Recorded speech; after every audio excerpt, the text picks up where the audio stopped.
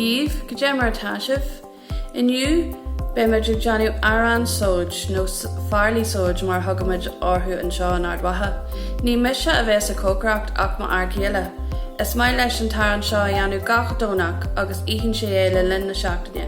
Tá sé aonanta simplí agus is fiú go mór tríal a winseas. Leis na Farlaí seo a dhéanamh be na cóábhar seo a leannas díthart. Ga chopán plúr sóide, copán baine, lá té sponóg salan agus gita súlaí muide. Chomáile sin be mbaile mór, crán foinse, sponóg amid agus coppla spadal dí.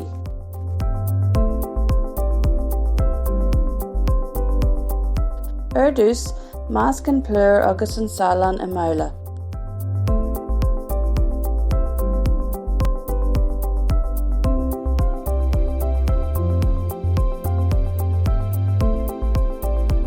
Cur pol sa lár agus dúirt isteach an súlaí muide agus an baine.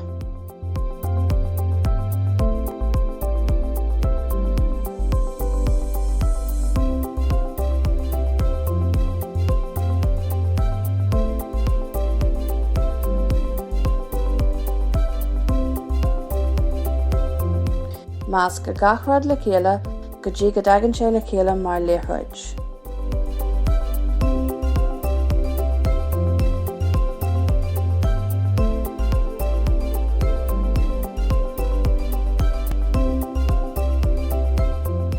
Cur gita plúr amach ar an tabla ar an crán foinse agus ar na thuirlisí cócaireachta eile le nach an ramóid an tíos ló. Cur an tíos amach ar an tabla agus John Cercalas. Ról amach é a cinne é measar a tú.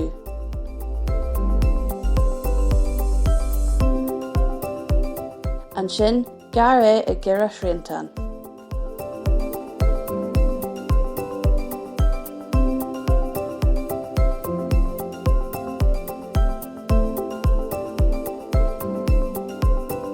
Cur an panna ar an sáin ar teas measar a íseal, agus cur gita plúr ar an fanna.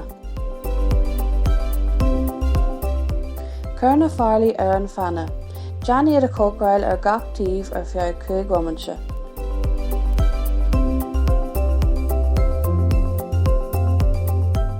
Be 10 bon orthaí agus tugadh fuam fallú asú nuair tá siad deanta.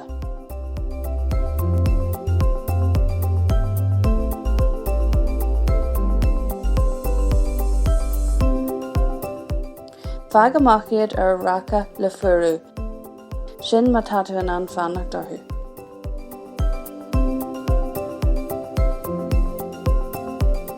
Bíonn siad seo blasta mar lón pacail se den obair nó mar tósta le cupán té.